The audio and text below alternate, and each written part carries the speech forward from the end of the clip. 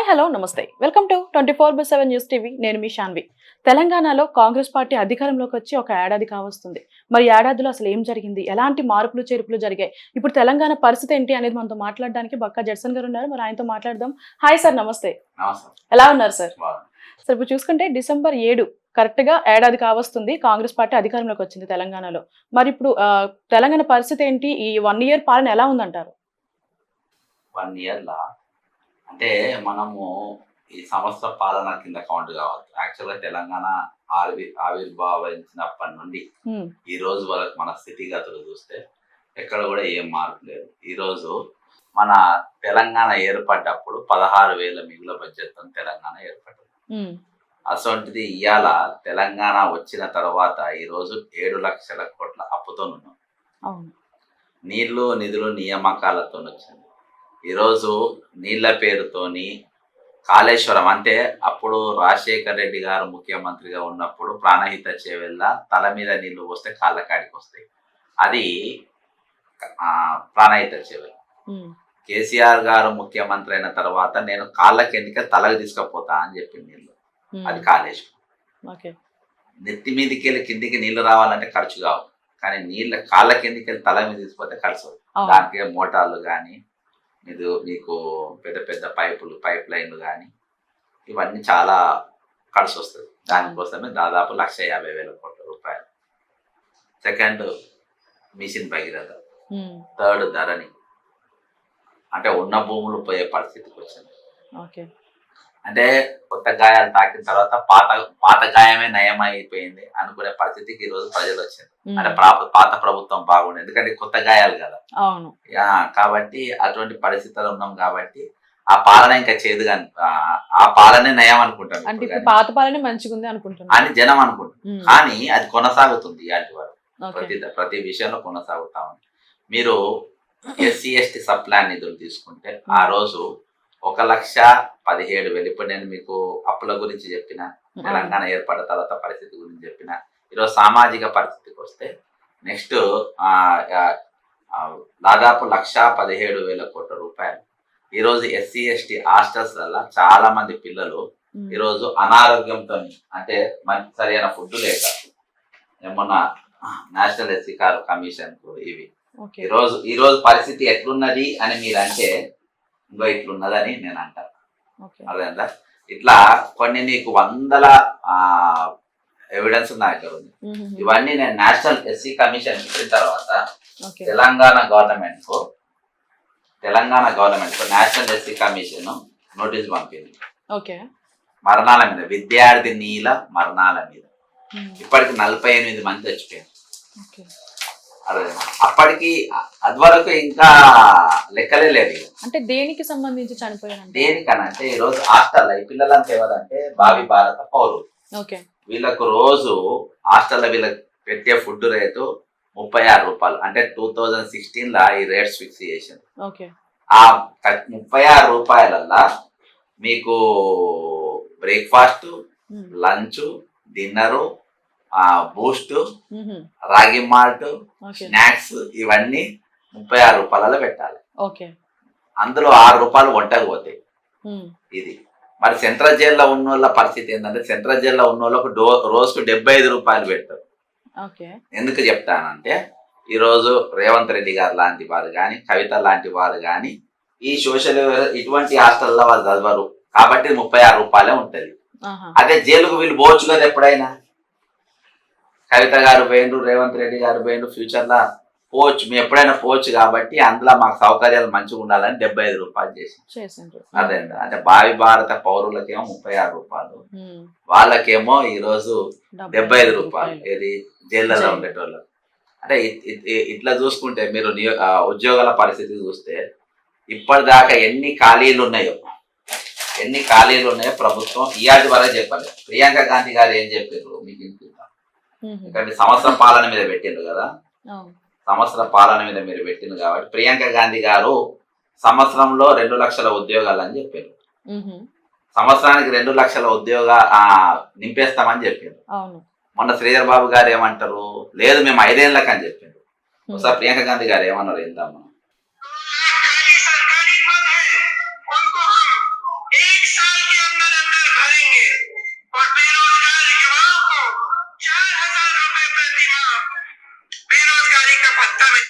ఓకేనా? ఉమ్, ఉమ్, ఉమ్, 24,000 రూపాయలు ప్రతి నెల నిరుద్యోగ ఉద్యోగాల శాఖ పెన్షన్ ఇస్తామని చెప్పిండ్రు. ఉమ్, మళ్ళీ ఇంకోటి ఏం చెప్పింది ఆమె, సంవత్సరం లోపు 2 లక్షల ఉద్యోగాలు ఇస్తామని చెప్పిండ్రు. అవును మరి ఉద్యోగాలు ఇస్తారంటే మరి వీళ్ళ దగ్గర ఖాళీలు ఎన్ని ఉన్నాయో వీళ్ళ తెలవాలి కదా. అవును ఖాళీలు ఎన్ని ఉన్నాయో తెలవాలంటే డిపార్ట్మెంట్ వైజ్ గా మీటింగ్ పెట్టాలి కదా. వీళ్ళు ఏం చేయలేదు. నేను ప్రతి డిపార్ట్మెంట్ వైజ్ గా ఖాళీలు మొత్తం తీసిన, ఓకే ఏ డిపార్ట్మెంట్ లో ఎన్ని ఖాళీలు ఉన్నాయి, ఉమ్, ఈ టోటల్ గా డిపార్ట్మెంట్ వైజ్ వాళ్ళకి ఇవ్వాల్సిన జీతభత్యాలు ఎంత, స్కేల్ ఎంత ఉంటుంది అని ఇది మొత్తం చెప్పి మీరే తీసారా? నేను తీసింది నా దగ్గర. ఓకే ఇది 2,67,300 పోస్టులు ఇప్పుడు టోటల్ గా ఇప్పుడు ఖాళీలు ఉన్నాయి. ఇవాళ ఖాళీలు ఉన్న పోస్టులు ఇవి పెడితే 500 1000 పోస్టులు పెంచవచ్చు. ఇక తెలంగాణ ఏర్పడ్డ తర్వాత ముఖ్యంగా 2022కి వెళ్ళి ఇయాటి వాళ్ళకి 10 నోటిఫికేషన్లు 20 నోటిఫికేషన్ 20 నోటిఫికేషన్ల 19.30 19.30% 30 నోటిఫికేషన్ ఏమో బీఆర్ఎస్ ఇచ్చింది, మాది 0.70% కాంగ్రెస్ ఇచ్చింది. అది ఎట్లా అంటే డిఎస్సి ఉన్నది, డిఎస్సి మొన్న 11,000 పోస్టులు నింపారు. 11,000 పోస్టులల్లా ఆల్రెడీ 5,798 పోస్టులు బీఆర్ఎస్ గవర్నమెంట్ ఇచ్చింది. కాంగ్రెస్ గవర్నమెంట్ 5,000 చిల్లర 5,200 ఏమో ఇచ్చింది. 5,112 16 మధ్యలో ఇచ్చింది. ఇది 50%. ఇక 30%కి వస్తే 500 పోస్టులు గ్రూప్ 1 పోస్టులు బీఆర్ఎస్ ఇచ్చింది, 63 పోస్టులు వీళ్ళు కలిపారు. కాబట్టి 19.30 ఏమో బీఆర్ఎస్ ఇచ్చింది, 0.70 అంటే వీళ్ళు ఇచ్చింది. నాట్ ఈవెన్ 1 ఒక నోటిఫికేషన్ కూడా వీళ్ళు ఒక నోటిఫికేషన్ వీళ్ళు ఇయ్యారు, 20 నోటిఫికేషన్ అది కూడా 0.7. అయితే ఇవాళ ఈ ప్రభుత్వం సంవత్సరం లోపు ఇచ్చింది, వీళ్ళు వాళ్ళ ఎన్నికలకు. అది ఈ 20 నోటిఫికేషన్లు ఎప్పుడు వచ్చినాయి?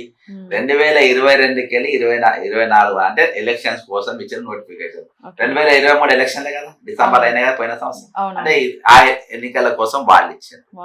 అంటే ఇవాళ ఎవరికి కూడా సిద్ధశుద్ధి అనేది లేదు. ఆ రోజు యువత నమ్మకుండా దాదాపు అన్ని groups, group 1 group 2 group 3 Gurukul పోస్టులు 46 జీవో వీళ్ళందరూ కూడా బస్సులు వేసుకొని ఊరూరు తిరిగి కాంగ్రెస్ పార్టీ కోటి వేయించారు. పోసినాక 46 జీవోలో నోట్ల మట్టు కొట్టారు. మీకు వీళ్ళకు ఎవరికి గురుకుల పోస్టు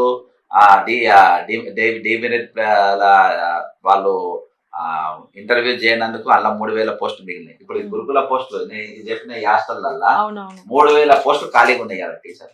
ఇవాళ 3,000 మైనస్ టీచర్లతో ఈరోజు స్కూల్. మరి మంత్రిత్వ శాఖ ఎవరి దగ్గర ఉంది ఇప్పుడు? రేవంత్ రెడ్డి గారి దగ్గర ఉన్నది. సోషల్ మినిస్టర్ ఆయన్నే. మరి ఆయన ఎన్నిసార్లు ఎన్ని హాస్టళ్లలో పోయిండు? ఒక్కసారి కూడా పోలేదు. కనీసం ₹1 కూడా వాళ్ళ మెచ్చార్జ్ పెంచలేదు.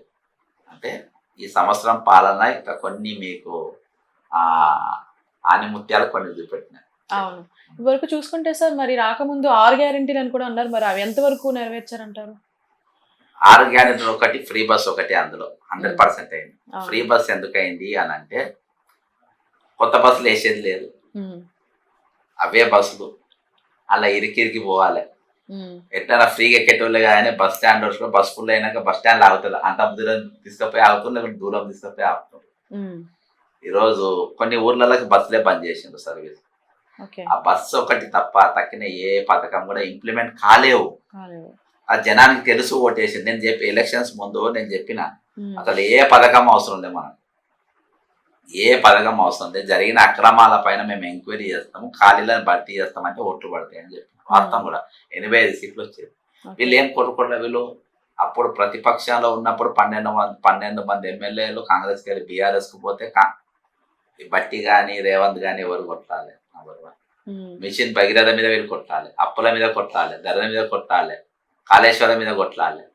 కాబట్టి జనాలు ఏమని మేము చెప్తాము అని ఈ 6 పథకాలు తయారు చేశారు. వీటి వల్ల మేము గెలిచినాం, కానీ వాటి వల్ల గెలవలేదు, వ్యతిరేకత మీద గెలిచాను. కాబట్టి ఈరోజు ప్రతిపక్షాలకు ఏంటంటే 6 పథకాలు ఇచ్చింది, కానీ 6 పథకాల గురించి 7 లక్షల అప్పున్నాక ఎవడన్నా ఇప్పుడు అప్పుల పైన అయినోడు ఎవడన్నా కట్నం వేస్తారా?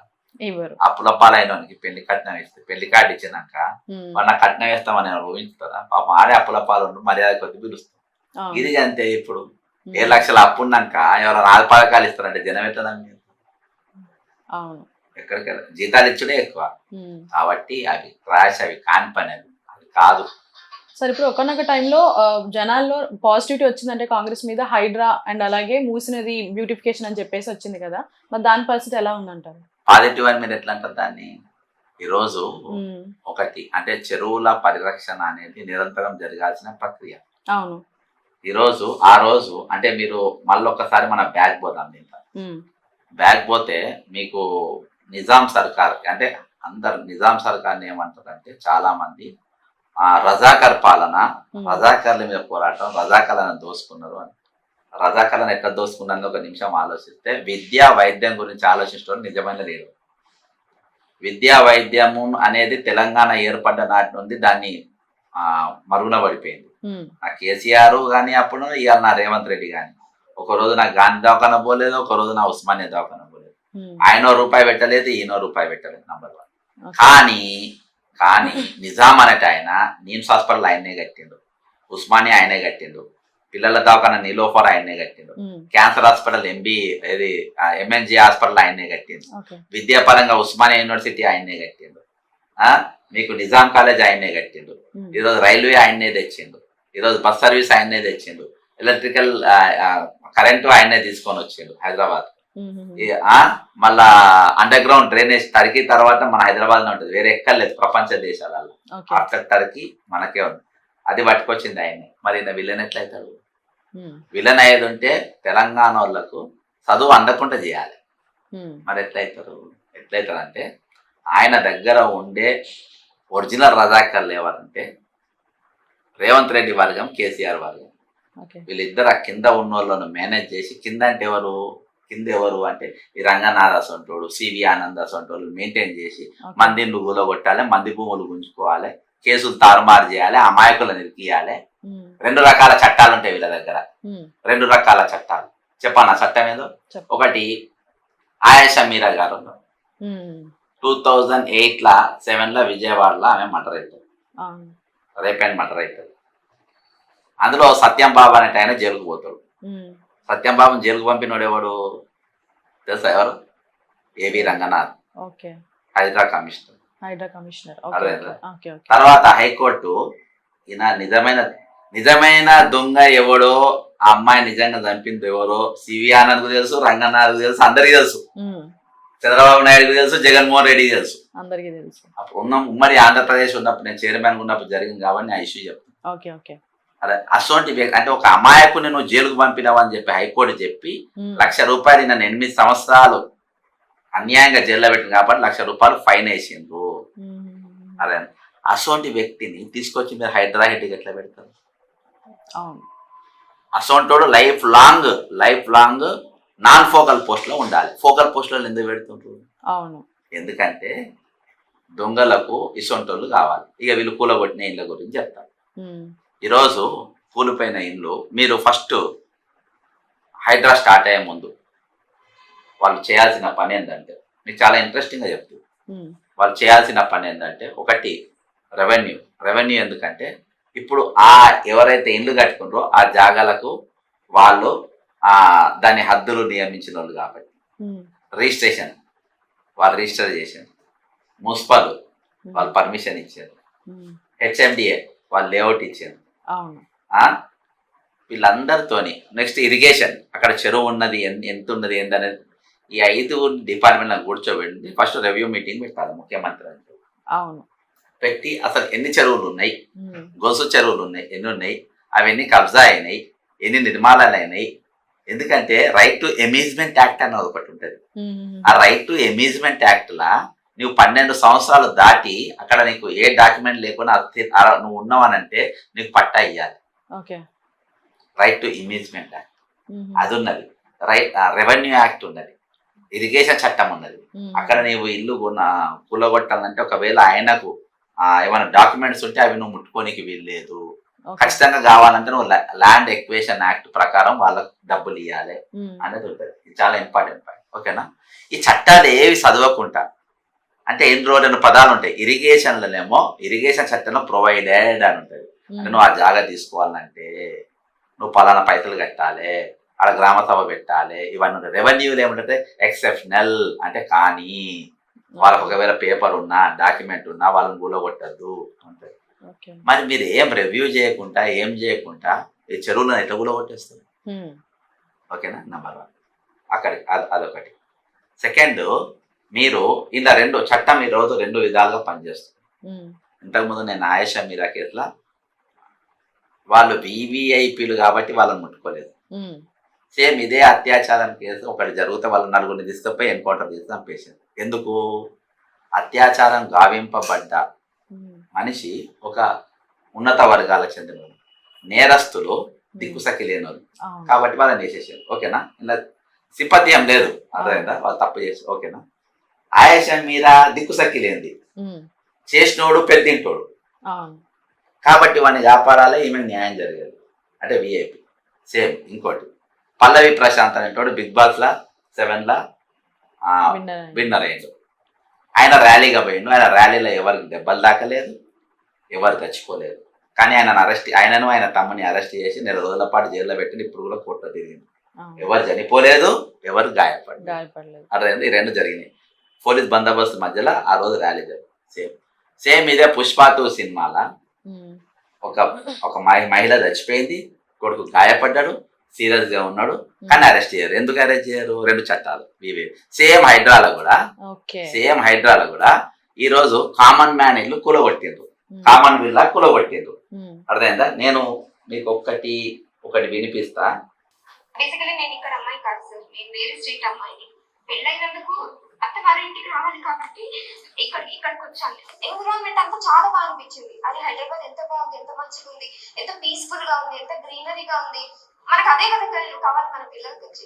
అదే ఇంకొక 2 years రెంట్ అవసరం, తర్వాత ఒకరు అర్న్ చేస్తే ఇంకొకరు మొత్తం ఈఎంఐ, ఇంకొకరు అర్నింగ్ ఈఎంఐ మొత్తం మనం లోన్ కట్టుకోవచ్చు అని చెప్పి ఇల్లు కొన్నామండి. 10 years అయిందండి ఇల్లు కొని. ఇప్పుడు సడన్ గా వచ్చి బఫర్ జోన్ అంటున్నారు. అంటే ఇప్పుడు బఫర్ జోన్ లో ఒక్కసారి మార్పు వేస్తే కూల కొట్టేస్తాం అంటున్నారు. మాకు అసలు ఏం చేయాలో మాకు అర్థం కావట్లేదు.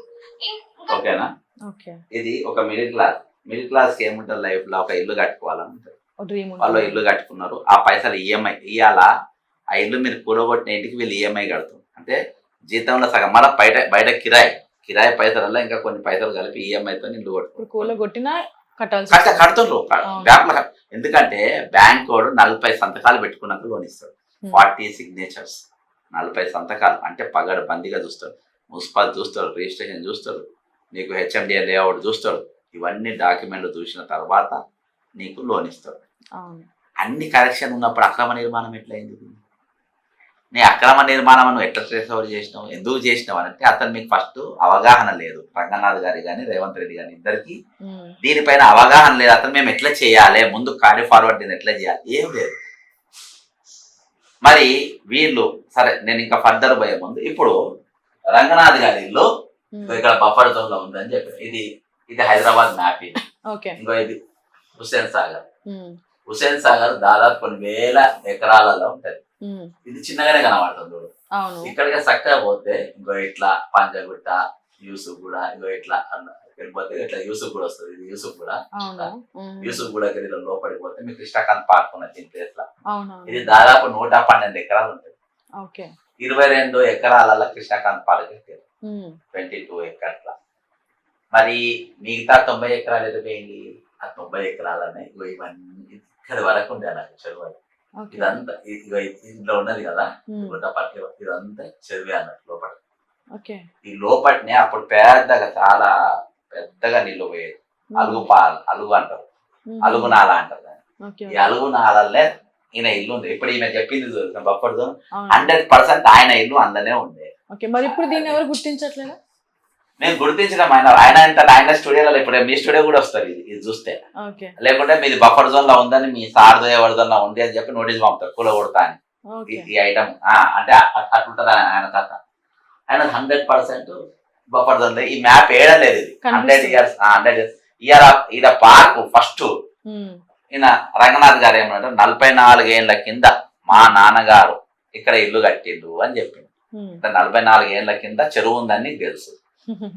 ఇప్పుడు నీ ఇల్లు చెరువులో లేదని అనుకుందాం. తర్వాత నీకు ఏ పోస్ట్ ఇచ్చిండ్రు? నీకు చెరువులో మళ్ళా పునరుజ్జీవం చేయాల్సిన బాధ్యత నీ పైన పెట్టింది. మరి మొదటి చెరువుని ఎక్కడికెళ్ళి మొదలు పెట్టాలి? వాళ్ళ ఇంటి నుంచి. నీ ఇంటి కాంచెలు మొదలు పెట్టాలి. అవును. సరే నీ ఇల్లు రాదనుకున్నా, మరి కృష్ణకాంత్ పార్క్ అయితే చెరువులో కట్టింది కదా, చెరువులో నువ్వు పార్క్ ఎట్లా కడతావు? అవును. చెరువు ఉండగా చెరువు ఉండాలి, పార్క్ ఉన్న కాడ పార్క్ కట్టాలి. ఇందిరా పార్క్ జాగాలో పార్క్ ఉండాలి కట్టిండ్రు. మరి నువ్వు సంజీవయ్య పార్క్ ఉండాలి కట్టిండు. మరి ఈడెందుకు పార్క్ కట్టినావు నువ్వు? మరి దానికి అది గులగొట్టాలి కదా ఫస్ట్. ఎందుకు గులగొట్టాలంటే దాన్ని ముట్టుకుంటే ఈయన ఇల్లు బఫర్ జోన్ ఉందని బయటకు వస్తుంది. ఇంకోటి చెప్పింది, ఇంకోటి నా ఇల్లు బఫర్ జోన్ లో లేదని నువ్వు అన్నావు. నా ఇల్లు నాలా అంటే చెరువుకి వెళ్ళి కిలోమీటర్ దూరంలో ఉంటుందని చెప్పినావు. ఫస్ట్ నువ్వు చేసిన తప్పేంది? చెరువు ఉందని చెప్పలేదు. రెండవది ఏంటంటే చెరువు ఉందని తెలిసిన తర్వాత కూడా నువ్వు ఆ పార్క్ గులగొట్టి దాన్ని చెరువు చేయాల్సిన అవసరం ఆలోచన నీకు రాలేదు. మూడవది, అది చెరువు అయితే అక్కడికి వెళ్ళి కిలోమీటర్ దూరంలో నా ఇల్లు ఉంది అని అన్నావు. మీకు చూడండి దొరికిపోయాడు దొంగ చెప్పిండు. మరి మీటర్ దూరం ఉన్న నోటీస్ ఇచ్చినావా నువ్వు? ఎందుకు ఇవ్వలేదు అంటే వాడు నోటీస్ ఇస్తే ఇల్లు ఎక్కడ ఉందో అది చెప్తాడు. అదేంటి అలా అయితే ఇది ఓకేనా? ఇక్కడ దాకా మనం అసలు ఈ మూసీ బ్యూటిఫికేషన్ వద్దాం. మన మెయిన్ పాయింట్ మూసీ బ్యూటిఫికేషన్ అంటే మూసీని సుందరీకరణ చేయాల్సిన ఆలోచన ఎందుకు వచ్చింది అంటే మూసీ అనేది పొల్యూటెడ్ అయిపోయింది. మూసీ పొల్యూటెడ్ ఎందుకు అయిపోయింది అని చెప్పేసి కొన్ని దేశాలన్నీ కలిసి, ప్రపంచ దేశాలన్నీ కూడా అసలు నీళ్లు చెరువులు అనేది ఎందుకు కలుషితం అంటే ఫార్మా కంపెనీల వల్ల అవుతున్నాయి అని చెప్పేసి ఒక డేటా ఇచ్చింది. ఇది ఓకేనా? ఇవి చెరువులు ఎందుకు అవుతున్నాయి అంటే ఇట్లా మరుగు నీళ్లు మీకు కనబడుతుంది, ఇగో ఇవన్నీ అవుతున్నాయి అంటే ఫార్మా కంపెనీల వల్ల ఈరోజు నీళ్లు కలుషితం అవుతుంది. మరి నీళ్లు కలుషితం అయితే నువ్వు ఫస్ట్ నోటీస్ ఎవరికి ఇవ్వాలి? ఫార్మా కంపెనీలకు ఇవ్వాలి. ఫార్మా కంపెనీలకు ఏం చేసినా ఫస్ట్ భయం కలిపియాలి కదా. పెద్దల్లో భయం అంటే రెండు టార్గెట్లు మూసి సుందరీకరణ అనుకున్నా అసలు చీకటి కోణం ఏంటంటే first balance of terror create చేయాలి బిల్డర్స్ కు, ఫార్మా కంపెనీస్. కాబట్టి ఫస్ట్ నాగార్జున ఇల్లు కూడా కొట్టుపడేసి అనగానే అందరికి చాలా హ్యాపీగా మూసి సుందరీకరణ అవుతుంది అది ఇది అని అందరు. సెకండ్ తర్వాత ఈ విల్లాస్ మిడిల్ క్లాసుల మీద పడ్డారు.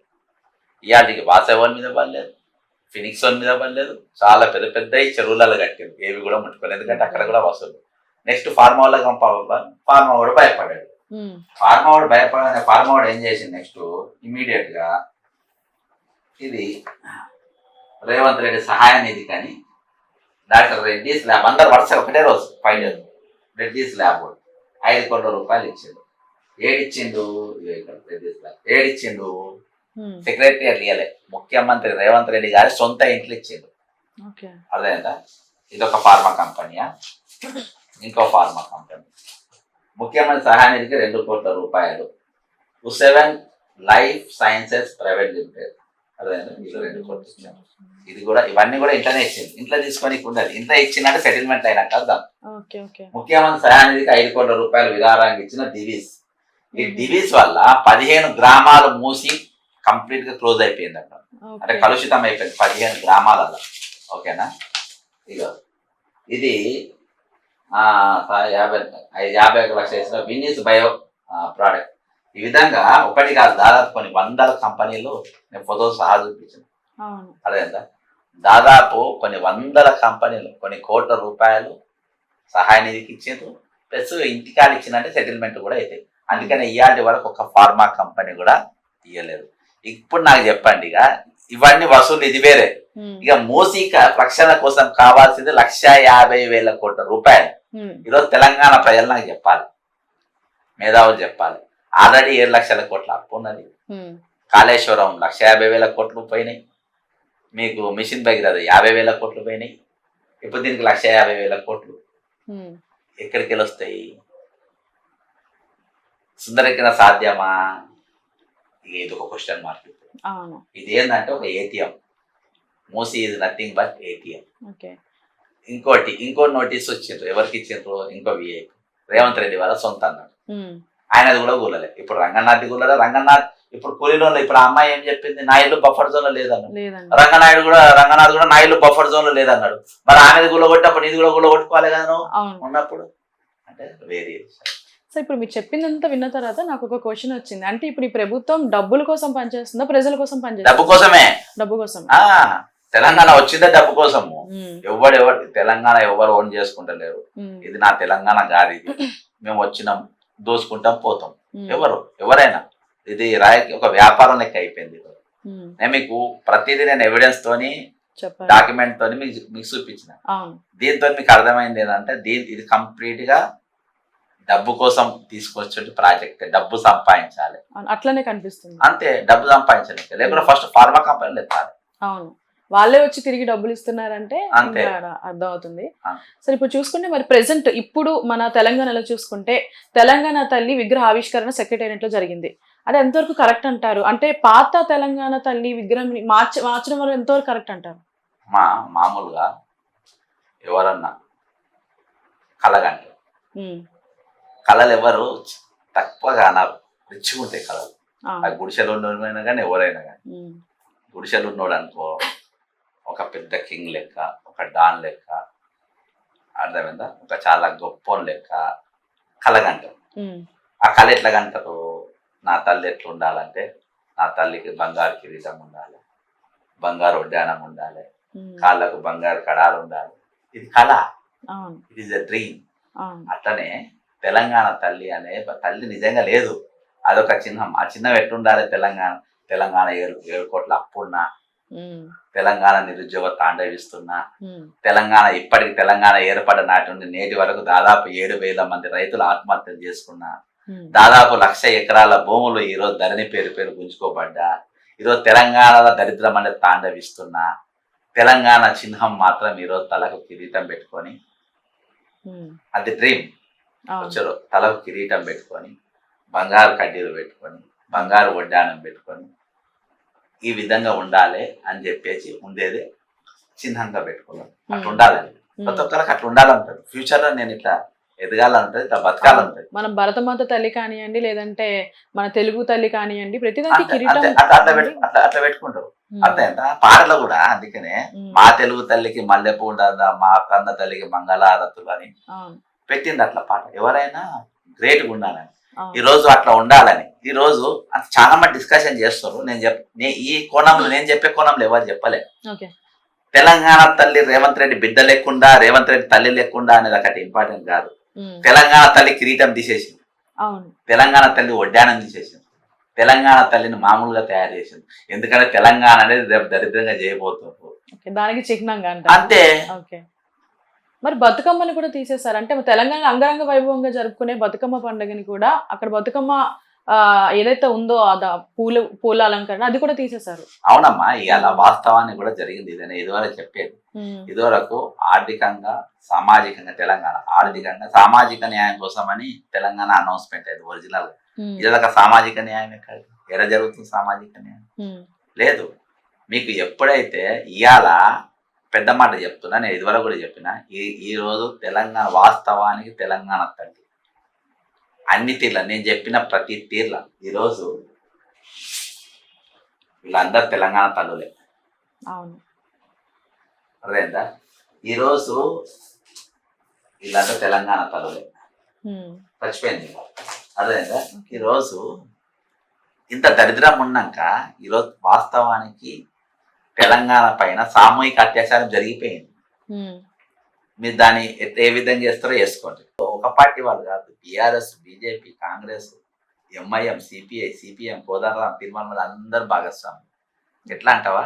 ఈరోజు అప్పులు అవుతుండే వాళ్ళు మాట్లాడు. ఇయాటి వరకు ఇంతమంది మాట్లాడారు కదా. ఈరోజు మెయిన్ తెలంగాణ యొక్క సింహభాగం అంటే దాదాపు 3 లక్షల కోట్ల రూపాయలు మెగా కృష్ణారెడ్డి అనేటువంటి పోయింది. ఈరోజు ఏ పార్టీ కూడా దాని గురించి మాట్లాడు. ఈరోజు ఉద్యోగాలు అమ్ముడిపోయినాయి, తెలంగాణ అప్పుల పాలు అయిపోయింది, తెలంగాణ లా అండ్ ఆర్డర్ లేదు, ఈరోజు సరి అయిన వసతులు లేవు. ఈరోజు పిల్లలకు మీ ప్రభుత్వ స్కూళ్ళు కానీ, ప్రభుత్వ ఆసుపత్రులు కానీ, ప్రభుత్వ కాలేజీలు కానీ, ప్రభుత్వ యూనివర్సిటీలు కానీ ఎక్కడ కూడా దిక్కు దివానా లేకుంటుంది. మా తెలంగాణ ఎట్లున్నదనేది ఇంకేం చెప్పుకుంటాం మనం. కాబట్టి తెలంగాణ తల్లి విగ్రహం ఎట్లా చేసింది అనేది పాయింట్ కాదు. ఈరోజు తెలంగాణ అనే భావస్వరూపం అనేది ఏ విధంగా ఉన్నది అనేది మనం చూసుకుంటే అన్ని నిత్య నిలువున దోపిడీ గురైపోయి ఉన్నది. అందుకని తెలంగాణ తల్లి విగ్రహంలో పెద్ద స్పందిస్తలేను. ఓకే. నేను దాని గురించి ఇంకా చెప్పాలంటే ఇంకా బాగుండదు. కానీ వాస్తవానికి అది ఆ విధంగా ఈ రోజు జరిగింది. అంటే ఇప్పుడు అవసరం అంటారా తెలంగాణ తల్లి విగ్రహ ఆవిష్కరణ గానీ లేదంటే మార్చడం గానీ ఇలాంటి సిచ్యువేషన్ లో? అంటే ఈరోజు మార్పు అని వచ్చింది కదా రేవంత్. తెలంగాణ మార్పు కోసం కాంగ్రెస్ రావాలి, మార్పు చేయాలి అని. మార్పు చేయని వాళ్ళు ఏం చేయని చేత కాదు. రెండు చేసిండ్రు. తెలంగాణ విగ్రహ మార్పు, తెలంగాణ సెకండ్ టీఎస్ టీజీ మార్చింది. అంత మించి వీళ్ళు చేసింది ఏం లేదు. అదే మార్పు అంటే అంతే. అంటే ఇప్పుడు వాళ్ళ పార్టీని ప్రమోట్ చేయడానికి మాత్రమే ఆ విగ్రహాన్ని పెట్టుకున్నారని కూడా అంటున్నారు. దీనికి ఏం చెప్తారు?